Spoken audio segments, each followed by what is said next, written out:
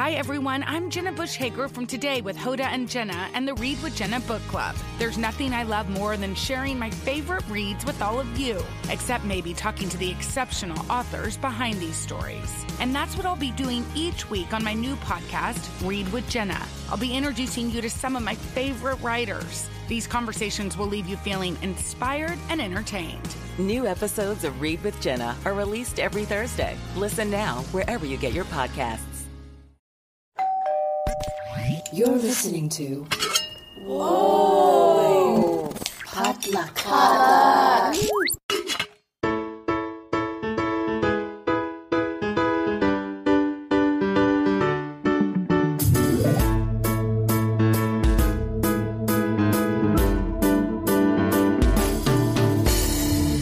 And hey, you're listening to Books and Boba, a book club and podcast featuring books by Asian and Asian American authors. My name is Marvin Yeo. And I'm Rira Yu. And on this episode, we're bringing you an author chat with Kate Chengli, the author of A Bright Heart, a Chinese fantasy-inspired revenge novel involving regression, magic, and betrayal.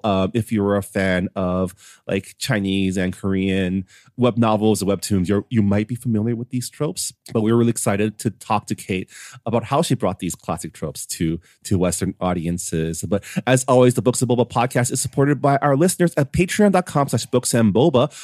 Our Patreon subscribers get access to not only our Books and Boba members-only Discord server, as well as access to the Books and Boba Chats, our special bonus podcast where Rira and I chat about things, books and otherwise. Yeah, I had a really fun time reading A Bright Heart. It was a lot breezier than I thought it would be, because when I think of like revenge and time travel and second chances, I'm like, oh, wow, these are such heavy themes. But I had so much fun reading it. And like Marvin said, if you're a fan of like C-dramas, K-dramas, webtoons, you'll definitely recognize a lot of the tropes. So you could probably dive right in without too much explanation. But for those who are unfamiliar with those tropes, I feel like you get up to speed pretty quickly. Yeah, I mean, the genre itself is already really fun. It's essentially like a power fantasy, right? Like what happens if you can go back and do your life over again, knowing what you know about the future, and how would you take revenge on your enemies? Yeah, so I hope you guys enjoy our conversation with Kate Chengli.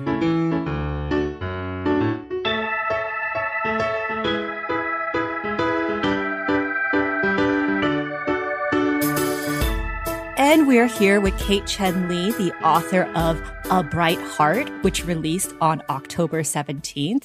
Welcome to the show, Kate. Thanks for having me here. Yeah, happy to have you on the show, too. We always love to start off our author chats by getting to know our authors and their journey. So can you walk us through, it's a very broad question, but how did you become a novelist? Oh, okay. You guys already know that I grew up in China. So ever since I was a kid, I've been fascinated with the concept of magic. I've always enjoyed reading fantasy stories inspired by Chinese legends and mythology. I even dabbed in writing a little bit. But the way Chinese education system was, it kind of smothered your creativity. Like teachers, parents, they didn't want you to engage any activities outside school coursework. But I still remember my excitement when Journey to the West aired on TV. You've heard of Journey to the West, right? Yeah, Yeah, of course. Classic. Oh, okay. Yeah, so I've never read the book because it was written a long time ago, and the writing style could be a little bit hard to get into.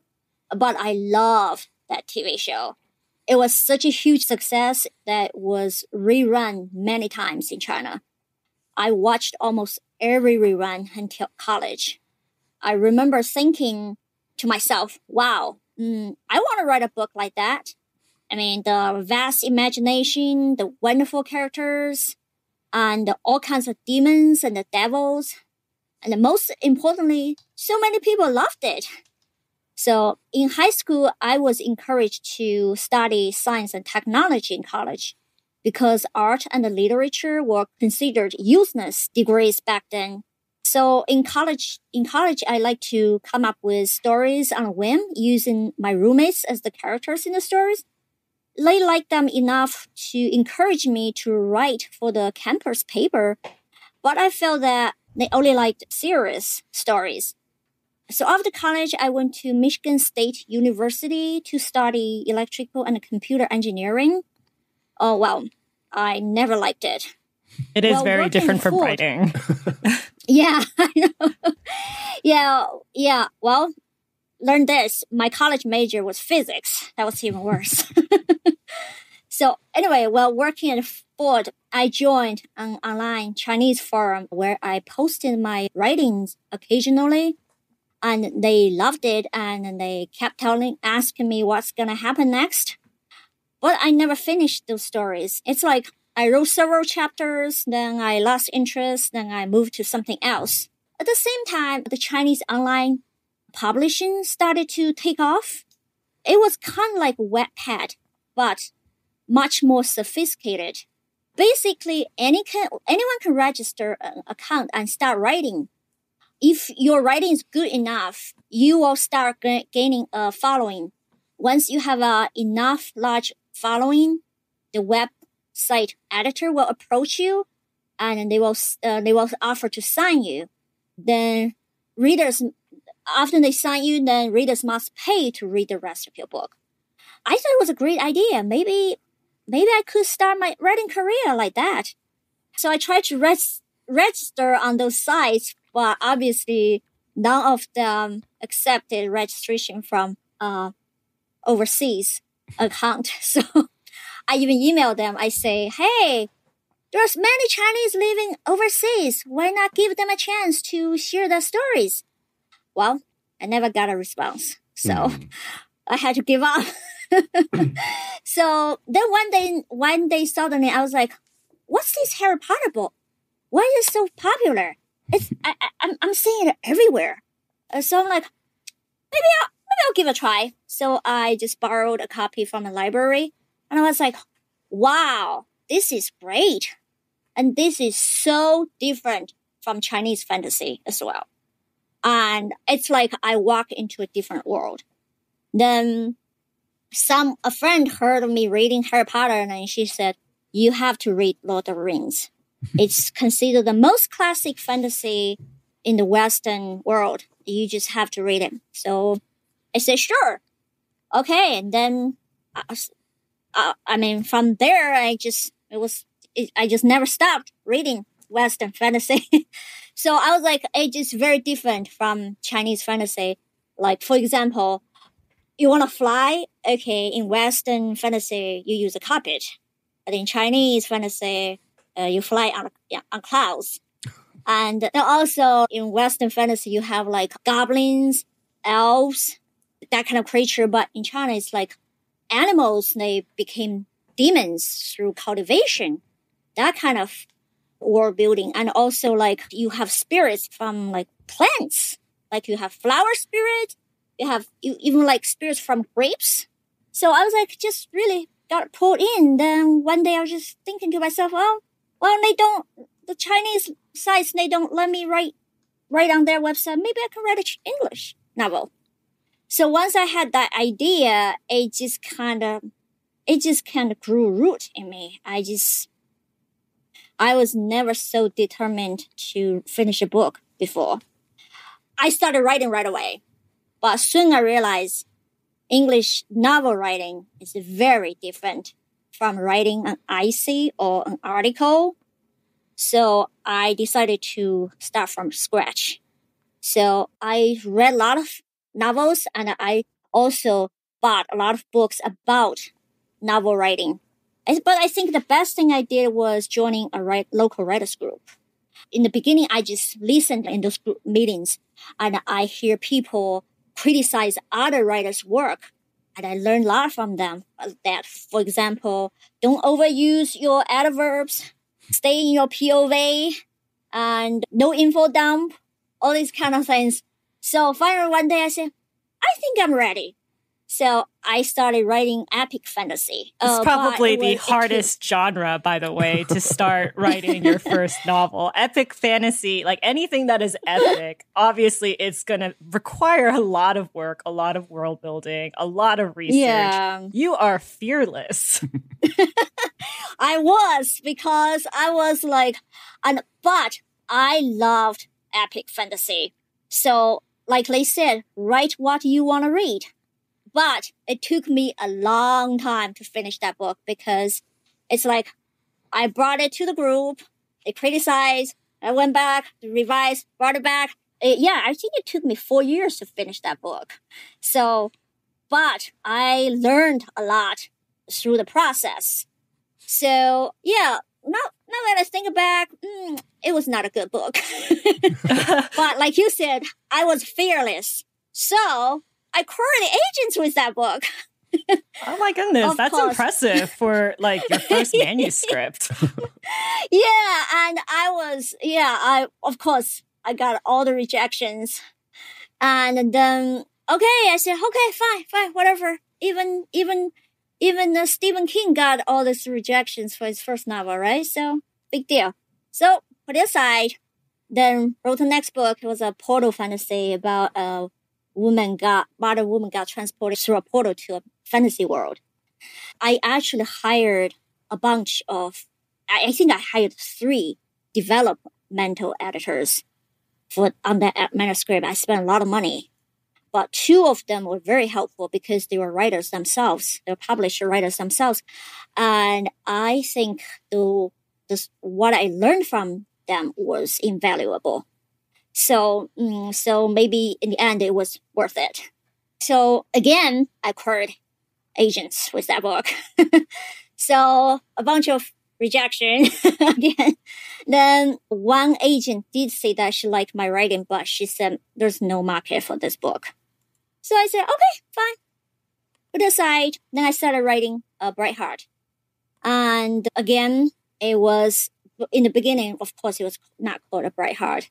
It was like 2 major rewrites and many, many revisions later. Now, finally, A Brightheart was published. So that is my journey of becoming published. Lots of rejections, lots of rewrites. That is a very familiar story with all authors. But I'm also really a lot of impressed. Perseverance and a lot of, not giving up, which is, really impressive. Yeah, it's really, really impressive. Oh, thank you. I mean, you talked about like how there wasn't, like how an agent said, oh, I like your writing, but there isn't a market for it. And I feel like that has changed quite a bit in the last 5 years. We've seen a rise of Chinese and Asian-inspired fantasies. I mean, the books that come to mind are the Book of Tea series by Judy Lin, Jade Fire Gold, Daughter of the Moon Goddess. Did that ease your worries about Western readers diving into the world of your book? Like, did you feel like you had to like hold their hands when you were building your world, or were you like, oh, it's fine, like there are other Chinese inspired fantasies out there, they'll get it? Actually, when I started A Brightheart, was actually set with Western characters, because I felt that I couldn't get published if I wrote Chinese characters and it was Western setting, Western characters. Then suddenly I started reading some really wonderful Chinese fantasy stories. And then I was like, why would I change my characters to fit the market? I mean, if these wonderful writers, Asian writers can make it work, I can too. So that's one of my major rewrite involved. I basically changed all the characters back to Chinese. And also I changed the setting to kind of like alternate Asian China. So it is wonderful to see so many Asian authors are gaining success in the Western literary world. It's phenomenal. Even on my social media account, sometimes I would get people commenting saying, yeah, the wave is coming for Asian fantasy. So that's kind of encouraging. So I do think that Western readers are eager to read beyond the Western fantasy, and they wanna explore the rich tapestry of, the rich landscape of Asian fantasy. And I mean, just look not only the books, look the TV shows. I mean, like, look at Netflix. Yeah, the Netflix has so many wonderful Chinese fantasy shows. I even had one Caucasian girl approaching me at my book launch, say, "Have you watched this one? Have you watched that one?" I'm like, "Oh my God," I say, "You watch more Chinese fantasy shows than I do." So yeah, that's wonderful. Can you tell us a little bit about your book to the people who haven't heard about it? I mean, it has the rebirth and revenge trope, which is very, very big in Chinese fantasy, but it might be new to our listeners. Yeah, it is very big in China. It's so big that it's its own kind of genre. So if you go to those online sites, you just click on that one. It just says revenge, rebirth, and revenge. This one just like, yeah. So in A Bright Heart, so Mingxin helped the man she loved become king. But soon after his coronation, Ren betrayed and murdered her. As she's dying, she also learns that her uncle and cousins murdered her mother as well. So she prays to the gods to grant her a chance to make things right. Her wish is granted. She wakes up 2 years earlier and her mother is still alive. She swears revenge upon all her enemies while protecting her family from harm. Like in her previous life, 4 princes compete for the throne. Mingxin teams up with Prince Jie. They make a fabulous team because he respects her intelligence and always has her back. But the timeline in this life has changed and she can no longer predict what happens next. A dignitary from a kingdom of magic has set his eyes on her for a possibly dark motive. And Ren is willing to do anything, including selling his soul to become king. So, can Mingxin, a merchant's daughter, outmaneuver a palace full of people who have learned to manipulate and mastermind since birth? Yeah, that's one thing I love about not just like Chinese fantasy, but just like Chinese historical stories as well. I feel like Chinese creators, they do court politics so well and court intrigue. And I don't know if it's because like history has shown us how I think so. ruthless they Think are. about it. 5,000 years of Chinese history is full of court intrigue. So I was like, of course there would be princes like vying for the throne. Of course, like I was just like, always because I think especially during Kangshi's reign. You heard of 九子夺嫡, the nine princes vying for the throne. That has a huge impact on today's, literary world because you constantly, not just stories inspired by that historical event, that historical event itself got turned into TV shows so many times. I mean, it's like such a big conflict, you don't even have to come up with conflict for like a big court intrigue story because you always have like very power hungry individuals that are ruthless, that will do whatever it takes, and it just creates a really fun dynamic. Yeah, especially like Chinese imperial court where there's multiple wives, all of their own sons, and different queens and consorts all like plotting. Yeah. That's true. Yeah, because like in Europe, you just have one legitimate wife. So you just, whoever, like she probably have like 2 or 3 children. But in Chinese court, it's like we have like 20 sons. And everyone wants to become the emperor. Yeah. It's funny that you mentioned like the Asian style of like web novels and that being like the publishing industry, because I spent a lot of the pandemic, bored at home, so I started reading a lot of webtoons, which a lot of them are based on adaptations of these web novels. And so the tropes that are in your book, the regression, the revenge story, it's like, when I read the log line, I was like, oh, this sounds very familiar. Was this the type of story that you were really into too? Is that why you wanted to write your own? Like, what inspired you to write this type of story? Yeah. I actually read a lot of those stories. Some of them are quite famous. And they got turned into TV shows like Princess Wei Yang. It's been played on Netflix right now. But of course, the TV shows, they change a lot of the plot lines. But I liked the book much better. Also, there are some other famous story called Jinjiuling that was turned into TV show as well. It was also a famous revenge story. So basically, you already know what this kind of story is about. Like a girl got betrayed by people who she loved, but she miraculously gets a second chance at life, and then she is able to seek justice and right the wrongs done to her. What like I said, what really draws me in for one is, okay, I've always loved a revenge story. Okay, so who doesn't? I mean, it's just very exciting and satisfying to see. Especially to see someone from a disadvantaged group able to fight back their bullies or suppressors, usually from privileged group, and then get the justice previously denied to them by the system. So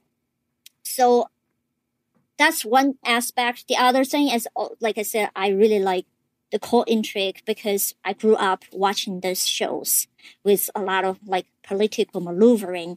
And also, I also like those slow burn romance. It's real slow burn in Chinese dramas. It takes 50 episodes for them to kiss. Yeah, they always introduce him as, oh, this is the hottest guy ever that just walked into the scene. Oh, yeah, that's right. Oh, yeah, that's true. And then also, they always feature strong, a female, strong protagonist. I also like the main character's journey as she grows wiser, braver, and more confident, despite the limitations placed upon women by such societies. So I was like, yeah, why don't I write a story? I mean, I enjoy those stories. I can write one too, and I can introduce them to Western readers, and also it's another great way to introduce some elements of Chinese culture to Western readers too. But like you guys said, because it's such a big genre in Chinese literature, so you don't need to explain how she got a second chance.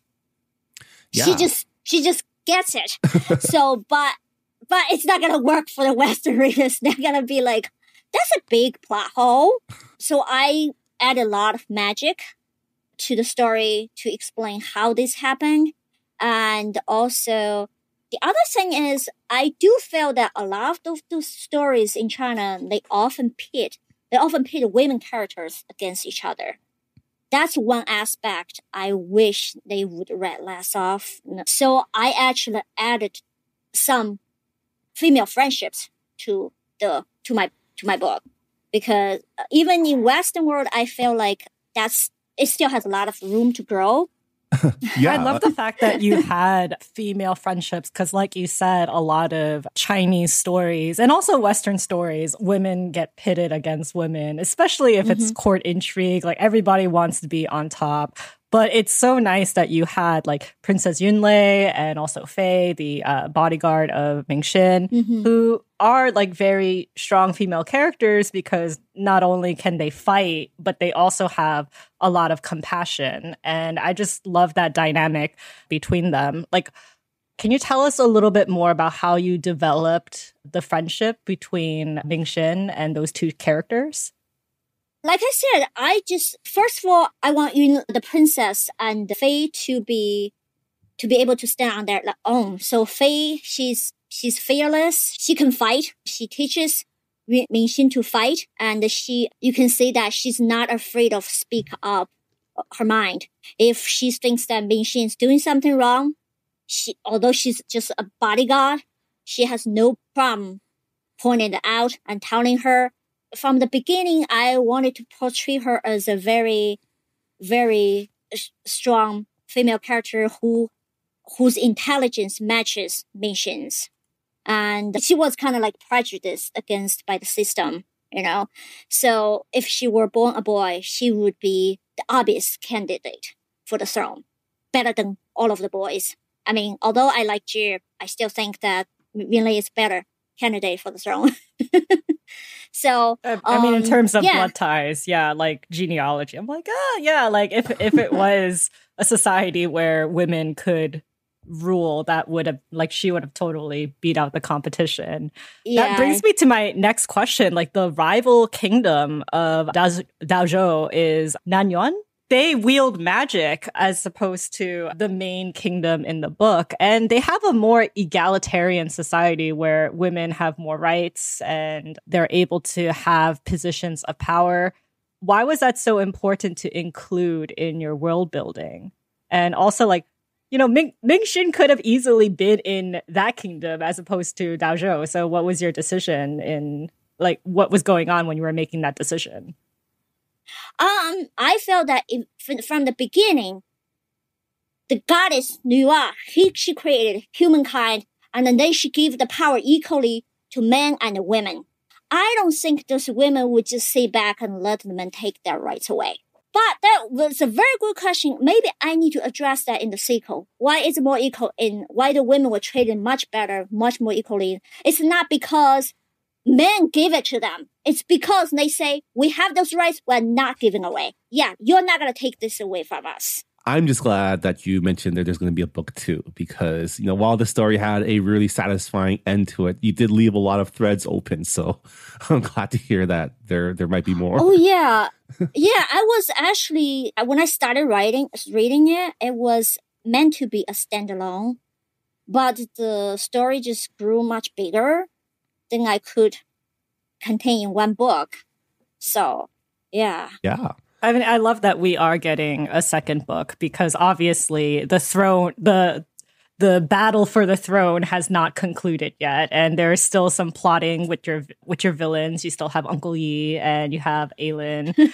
I do love your villains because in Minglin's first life, you get from her flashbacks, you get from her inner narration that her villains were very deceptive. They were very, like, kind to her, and they were just completely different people. But it's really tricky to have that past life be told in present form. So, like, how did you go about plotting 2 alternate timelines? Like, did you have an outline for, like, Mingxin's first life and then you, like, compared notes, or did you write the first timeline and then the second timeline? Like, what was your process? It's more like I outlined the second lifetime. So how she is going to take her revenge. She's going to plot her every move.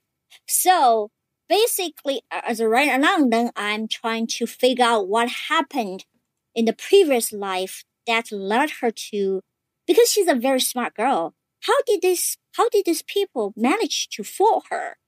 So you gotta make it believable to the readers. So at each point, she would think back to analyze, how did they fool me? So that's kind of my process. So I wrote the second life first, and then I go back to each moment to think that how did this happen? And in the first life, she didn't notice. So you reverse engineered it. That's really interesting. Yeah. Because it's technically a time travel story, and I feel like time travel, it's really complicated. You have to have everything just like laid out, but to be able to just write the second life and just reverse engineer it, I think that's really cool. That was a really cool way to weave the 2 timelines together. Yeah, at least I think that for time travel in fantasy, it's much easier than science time travel in science fiction because for science fiction it has to be scientifically plausible, but fantasy, well, it's magic. Yeah, I mean, we mentioned that this genre is pretty common in Asia, but not as common in the States. And I'm really curious, as you're working on this book with your publishers and your editors, like, was there any aspect of the story that you had to, really push to make it into the book, or was there anything that, like, what was the hardest part of like getting this story through the editing process? Oh, actually, it's the world building. It's my editor's her edit letter is like 5 pages, and I think 3 pages were devoted to the world building. So yeah, it's because like I said, it's such a big genre in China. You don't even need to develop any backstory. She gets a second chance. She gets her revenge. She's done. But here because I have to explain how she gained a second chance.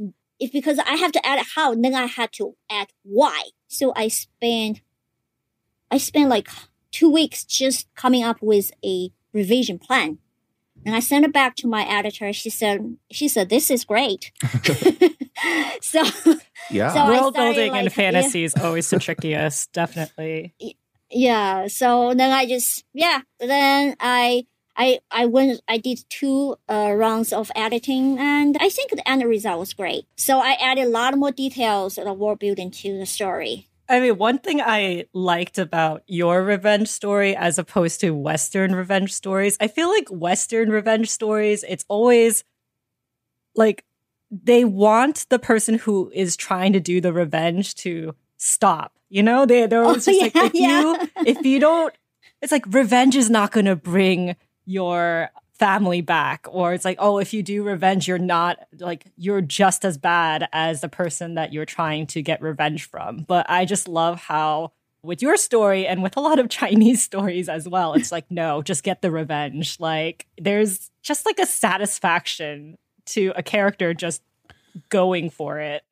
Yeah, I even read some reviews where the people say this is a revenge story in its truest meaning. No forgiveness. They say, I love that. That's great. Yeah, I mean, these types of stories, we're all anticipating the moment where the villains get their just desserts, right? They either repent or they like regret what they've done. Like, is it also released for you to finally like write out what happens to the bad guys? Actually, like the big like Ren, I've always envisioned him as a psychopath. So actually, I already had his arc plotted out. So as the story progresses, it's just he grows more and more evil. It's because I want the readers to sympathize with the main character. Because sometimes they feel sympathy with underdogs. If Ren keeps getting beaten by Mingxin, they might start to get sympathize with Ren.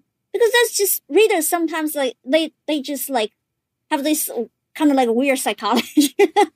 So that's why I just feel like to have the readers keep sympathize with Mingxin, this guy just has to be more and more evil. And it just like make readers feel that he totally deserves what's coming to him. Yeah, I mean, like in a lot of like fantasy stories, there is a bias towards the villain because the villain is so charismatic. And sometimes they do have good points, like if they're trying to like overthrow the current regime, it's like, yeah, they have some good points. And, they're also hot. So why not? Like I stand by it. But with Prince Ren, it's just, no, he's terrible. And because, in Mingxin's first life, he is duplicitous. He, has like this facade that he has for court. It's just kind of refreshing to read the book knowing that he's absolutely evil, but like you don't have to go through I guess like the emotional journey of just like, oh my gosh, like what, like how could he betray us like this? I feel like just knowing that he is a bad guy from the very beginning it's a very different reader villain relationship to like other Western fantasies I've read. That's great to hear. Yeah. I couldn't help but look through your Instagram, and you have a lot of art portraying your characters and aesthetics for the book. Where did you get the art, and do you have any hopes for your stories to become illustrated as like webtoons or a graphic novel one day? Yeah, actually, when I just started, when the publisher was giving ARC, someone read it and actually drew something of Mingxing and Jie and sent it to me. And it was really nice. But I don't think I can afford to pay her to draw those. So if one day, if there are a lot of readers who love my story, I hope that it will get picked up by some other publisher who says, we would love to illustrate your book. That would be good, because I just think that the Chinese culture is so rich. I mean, look these Xianxia stories and look these fantasy shows. Look these beautiful costumes. Oh yeah, beautiful costumes indeed. Yes. So yeah, that would be wonderful. Yeah, I would like to see that as well. So like we mentioned, your book just came out this week as we're recording, so a few weeks ago when this episode will air. I'm sure you're busy with book launch and the promo tour. And you did mention the book 2 is coming. Are you working on that right now, or are you taking a break? Oh, I actually already sent the manuscript to my editor at the end of September. Wow. So I'm just waiting for the edit letter. So yeah, I'm just eagerly waiting for the edit letter, because I have 2 very trusted beta readers. And they read it. They said it's great. So, yeah, that's exciting. And they think that it has a very satisfying conclusion. So, yeah, eager to see how the world opens up in that second book. And congratulations! Good luck with that writing process. Kate, thank you so much for joining us on Books and Boba. It was great talking to you, and congratulations on the launch of your debut novel. Oh, thank you. And thank you so much for having me with you and asking those great questions. Awesome. And that was Kate Chengli, the author of A Bright Heart, available now at booksellers everywhere, including, as always, the Books and Boba bookshop, where your book purchases not only help support the Books and Boba podcast, but also your local bookstores. You can check it out by going to booksandboba.com and clicking on the bookshop link. And just a quick reminder, we're also supported by our Patreon members. So if you'd like to support our podcast in a more direct way, become a Patreon member, and you can get access to our members-only Discord server, as well as our monthly bonus episodes, which were a lot of fun. This last one, Rira and I chatted about my European vacation and her not so fun vacation with sickness. Vacation. Before we go, Rira, please remind us what we are reading for book club this month. We are reading Squire by Nadia Shamas and Sarah Alfaghi. And it is a graphic novel that is set in a West Asian inspired empire where you have a young girl who is from a marginalized group and decides to join the army. And it explores colonialism, authoritarian regimes, and like loyalty and heritage. So a lot of good things, a lot of meaty topics for a graphic novel. So I'm really excited to dive into it. Yeah, speaking of meaty, I picked up the graphic novel the other day, and it is a meaty book too. Like it'll definitely take me a while to get through it, but I'm loving it so far, and I'm excited to chat about this with you at the end of the month. As always, if you completed the book and have your own thoughts that you want to share, please let us know either on our Goodreads forums or on Discord. As always, we'd love to include your thoughts on our podcast as well. But with that'll do it for this episode of Books and Boba. Thank you so much to Kate Chengli for joining us. And we'll see you all next time. Bye, everybody. Bye. Thanks for listening to Books and Boba. This podcast was hosted by Marvin Yue and Rira Yu and edited and produced by Marvin Yue. Follow the book club on Twitter and Instagram by going to @BooksandBoba and engage with us on Goodreads on our Goodreads group. You can also check out past episodes of the podcast by going to booksandboba.com and by subscribing to us on your favorite podcast app. Don't forget, you can support Books and Boba and Asian American authors by purchasing books at our bookshop.org account. Check out the link in our show notes and also at booksandboba.com. Books and Boba is a proud member of the Potluck Podcast Collective, a collective of Asian American hosted podcasts featuring unique voices and stories from the Asian diaspora. Learn more about the collective and check out our fellow Potluck shows by visiting the website podcastpotluck.com. Thanks for listening.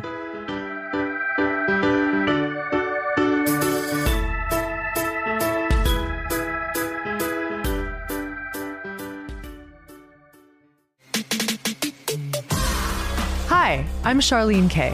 I'm a musician, songwriter, and guitarist. Growing up, I loved music. Whether it was pop, acoustic, emo, I ate it all up.